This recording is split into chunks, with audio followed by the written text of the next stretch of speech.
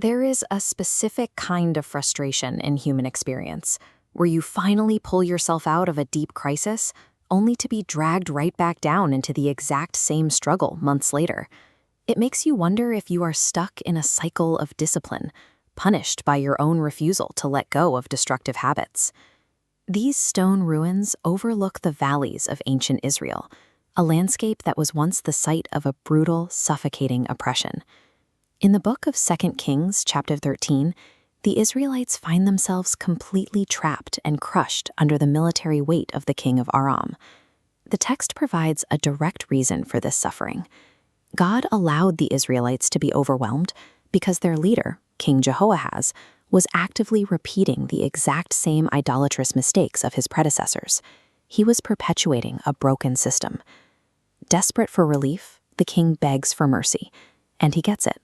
God intervenes, sending the prophet Elisha to break the enemy's grip and allow the people to return to their homes in peace.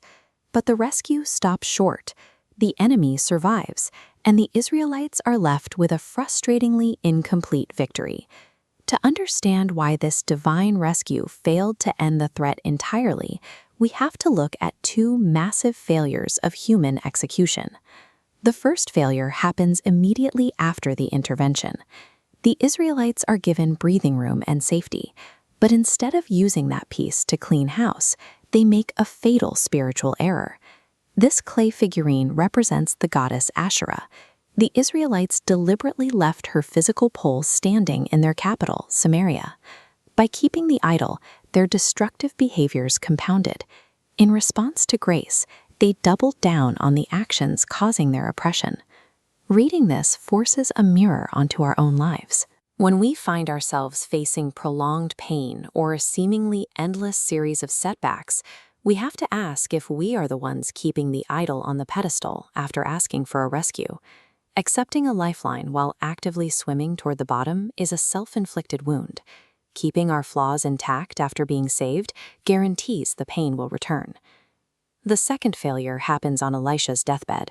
King Jehoahaz visits the dying prophet, terrified of the Aramean army and desperate for a final strategy to defeat them.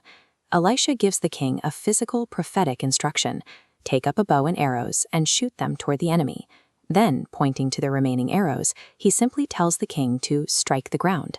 The king follows the literal instruction. He takes the arrows, hits the dirt once, twice, 3 times, and then he stops.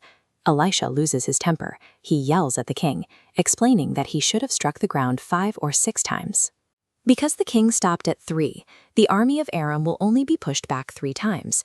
They will survive to fight another day. The text offers a sharp critique of leadership here. Elisha held the vision for a total, sweeping victory over Aram, but his instructions to the king were terribly vague. The failure falls on the communicator. A leader cannot issue an ambiguous command like strike the ground, provide no context, and then blame the executor for not magically knowing the unstated expectations. The victory collapsed because the communication collapsed. We have 2 separate failures intersecting in one chapter. Breaking a cycle of defeat requires eliminating all half measures, both in our personal habits and in how we guide others.